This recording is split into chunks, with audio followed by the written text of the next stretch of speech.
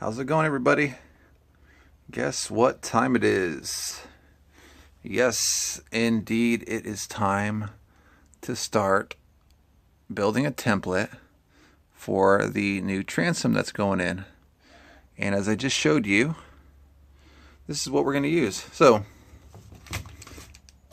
you need popsicle sticks.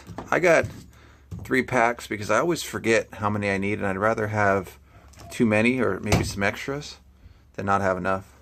So it doesn't really matter what size popsicle sticks you get. I'd like to get the larger one because we're using a glue gun to start the template, and the more glue you can put on the side of it, the more surface area, it allows these to stick a little bit better. Then I picked up some glue sticks. It's 50 pack, pretty standard, and then I got these little hedge trimmers, help cut the glue sticks. And in terms of the glue gun, you don't need anything crazy. I just got this old Mickey Mouse one, you know, just enough to do the trick. You just need a high temp one. All right, so that's what parts you're gonna need to kick this off. To get all these, I don't know, it was maybe like 20 bucks. So to do your template, you're not really looking at that much overhead to get what you need. All right, so before we talk any further about this, let me show you what we've done here. We've actually cleaned off the part where the stringers used to be. You can see how I sanded, like one stringer was right here, so I sanded a little bit here, 3 inches roughly there.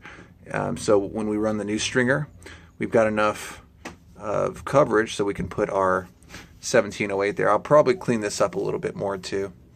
And you can see, since we've cleaned this, I don't think the last video you could actually see how clean it was, but we've actually made quite amount of progress. I went and finished along the edges where the new flooring will go. The sides have been cleaned up. You can see the darker red, that's where the carpet used to go up there. There was a red carpet that was originally installed. And we've strategically sanded certain parts and left other parts pretty bare. And we've essentially finished it. There is a little part in the front that I need to finish, but it's not really worth covering in the video. Here's what I wanted to show you. When I was using the orbital saw, I accidentally literally cut through the entire bottom side of the boat. And this is pretty big. It's a pretty big deal. You can see right through the boat right there. And check out how long. Look, you can see all the way through it. How long is that? Yeah, I think at about right there, I realized that's roughly maybe 2.5, 3 feet. I think roughly around that time I figured out, I said, oh, you know what, I think I'm going through. And if you remember in my instructions, I always say, you know, go with the level right here, and I didn't realize that the inside of the stringer was hollow because it had rotted from the center. So essentially what it was doing is it was going right through one. I didn't feel any resistance until I hit the other side, and then when I made it through the other side, I said, oh, I think the stringer's done. And yeah, that's also a correct statement. However, I was also going through the other side of the boat. So what does this mean? Is the boat completely trashed at this point? No. What we do is we do what I was going to do originally, and we're going to still put a stringer right here. The only thing different is when I take my 1708, I'm going to fill this with what looks like a peanut butter-like compound. You'll hear me refer to it as peanut butter. And I'll actually fill this area completely full of that peanut butter, and then I'll lay a strand of 1708 on this, and that'll patch it pretty well. The 1708 is really thick.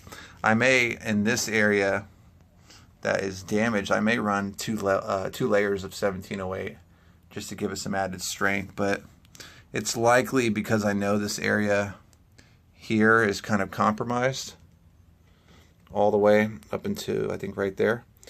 More than likely I'm going to lay extra 1708, maybe one, minimum of one possibly 2 or even 3 layers, just to kind of give this area some extra strength, since we know we push through the other side. And then obviously on the inside, the bottom side of the boat, I'll buy some gel coat and likely sand that underneath and just put a nice coat of gel coat under it to keep it sealed. So that was my I think I hinted at this a little bit earlier in one of the video series. I didn't want to say anything too early because it was kind of hard to see what we had going on in this area, so I wanted to clean up the boat ahead of time and then show you. But that's that. Let's move on to the front. You can see here how I started sanding already, and that's because this upper portion, I guess you may refer to it as like a helm, is really loose, right? So we're gonna actually have to bond this section or this entire piece to the new floor. In order to do that, you have to sand the bottom portion so it'll have something. Because imagine the plywood being right here. Well, I'm going to roll that 1708 up here, and then we'll recoat this. And obviously I'm going to finish cutting this metal piece off. You can see it's kind of loose as it is now. I just got to pop that rivet.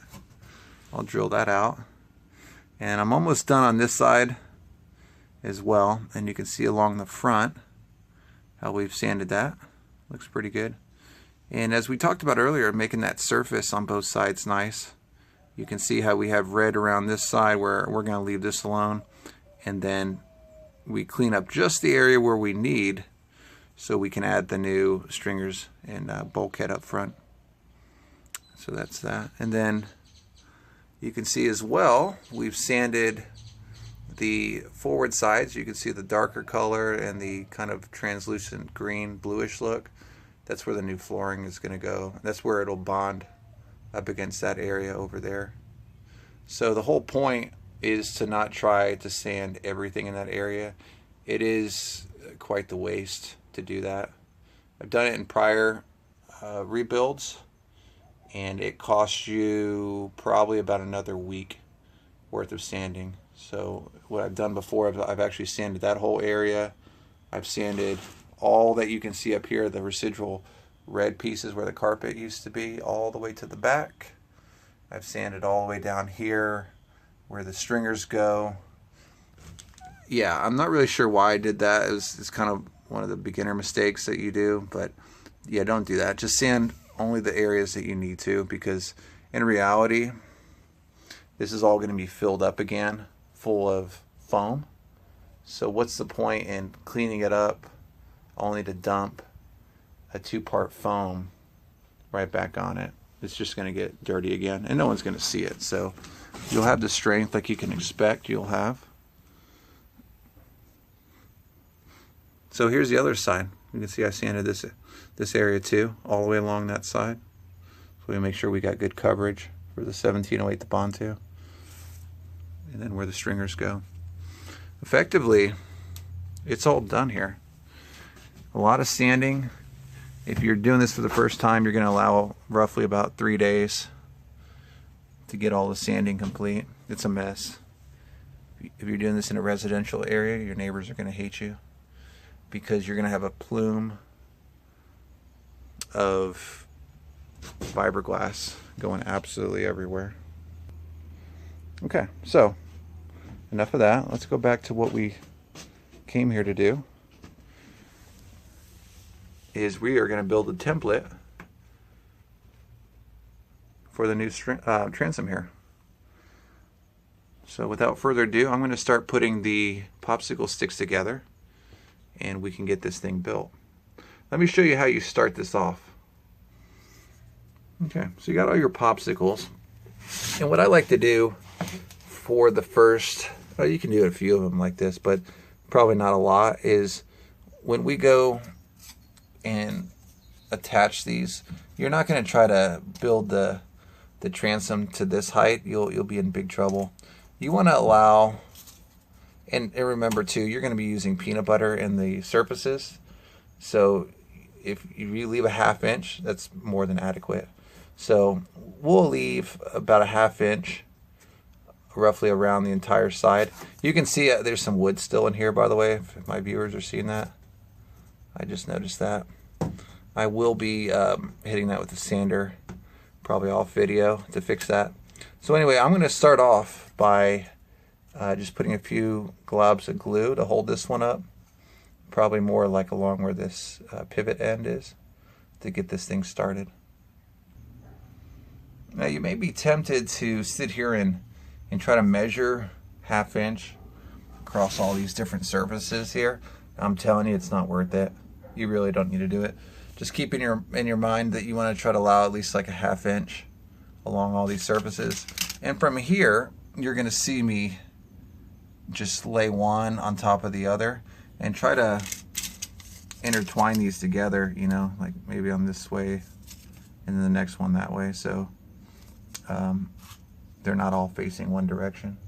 So I'll go ahead and do that. I'm going to work my way all the way around. Now the ones that you actually glue to the transom itself, I probably would only do some of those every so often, because you don't want your template to break. So some of these joints like this, I come back afterwards and put a little bit more glue, just because I don't want the template to break.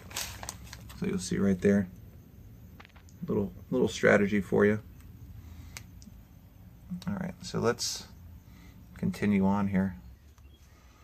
Okay, so I made it. I had 2 glue points, one at the bottom and one over here, and I started to make it all the way to about right there before it started to want to sag. So I put another point of glue right there, so that'll hold it to that area. So once you start getting to the end, you're actually going to notice you're going to need to start cutting the popsicle stick as you start changing little angles around this corner. So keep that in mind. Okay. Check out the little turn that I got there. Nothing crazy. Like I said, it's not rocket science. So just use your best judgment as you're working along the edge. You'll see on my side, I mean, it's all kinds of crooked. Like this, what was the original outside part is just globs of old glass. So I'm gonna do my best to make a straight edge all the way across. Not necessarily required, but you just want to try to make something straight, make it look decent. Okay, you can see as I made the turn, I went back, as you've seen, as I mentioned before, and made sure that all these connections had some extra glue on it. Let's switch my light on here because I notice it's getting a little dark in here. So the next part that we're going to do, and this is kind of important, is you notice as you get towards the top, you don't have very much surface area because these 2 upper and lower halves are smashed together. You don't have very much area to roll a layer of 1708 around, and you need that to kind of create a good cohesive bond across the top. And it's hard enough to just be able to sand up there. So what you're going to have to do is we're going to actually have to leave about just enough. I would say I'm going to shoot for roughly about maybe 2 inches. I'm going to try to get as much transom as I can made out of wood installed as I can. So you'll see up here, this is kind of where the plate buckles up to. So we want to definitely have enough wood to hold that piece, and then your steering is up here. So we'll probably take it to about maybe, I'm going to shoot for maybe at 2 inches if I can. It may have to be 1.5 inches. So we'll see what we can get up there as we get closer. So just keep that in mind. If you can't or you don't have access to roll the 1708 around the backside, like my issue here, I don't have that room. We're gonna have to leave some space on top to be able to achieve that. And you'll see there's some wood in there. I noticed with the light I can see it a little bit better. I'll grind that out as well before we put this new transom in. Okay, so you can see here we've made it roughly over halfway at this point. And as I mentioned here, the whole point, like I said, is to leave enough spaces, because this is going to be out 2 inches right here. And then you want to allow enough room to put in your, what I refer to as peanut butter. It's Cabosil mixed in with epoxy, mixed in with chop strand. So you want to, if it's sticking out 2 inches, you want to have enough to kind of fill in that gap. And you also want to have enough where you roll your, you'll have enough to get your finger in here to seal this top surface so water isn't able to get in from the top. So that's kind of the whole premise there, why we're not bringing it all the way to the top, because basically if you do that, you'll have no way to seal it. Now, one thing to note here is you see this, oh, maybe you can't see it, but there's this crazy angle right there. So if you were to follow the angle that the transom used to be at, it's going to look really weird. So what we're going to do to kind of match what we have over there is we are going to match just a straight line all the way across until we hit the the downward side of the transom here. Okay, and we made it well into that turn, and you'll see how I put extra amounts of glue. And guess what? We are just about to the very end here. Let me move my cord out of the way. We've got this final little connection to make, and then we're actually pretty well done.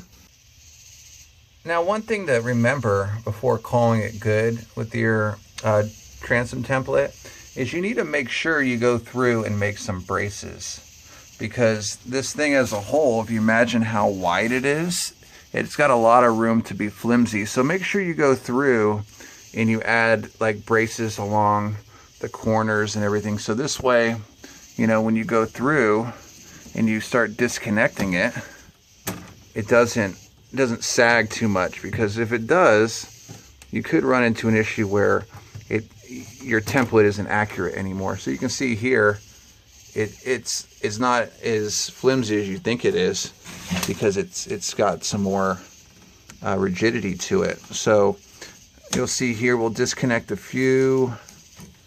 There we go. That corner is loose, and we'll just lift this thing up. And you can see I'm just lifting it up by the top. And we'll look at this side over here, and it's pretty good.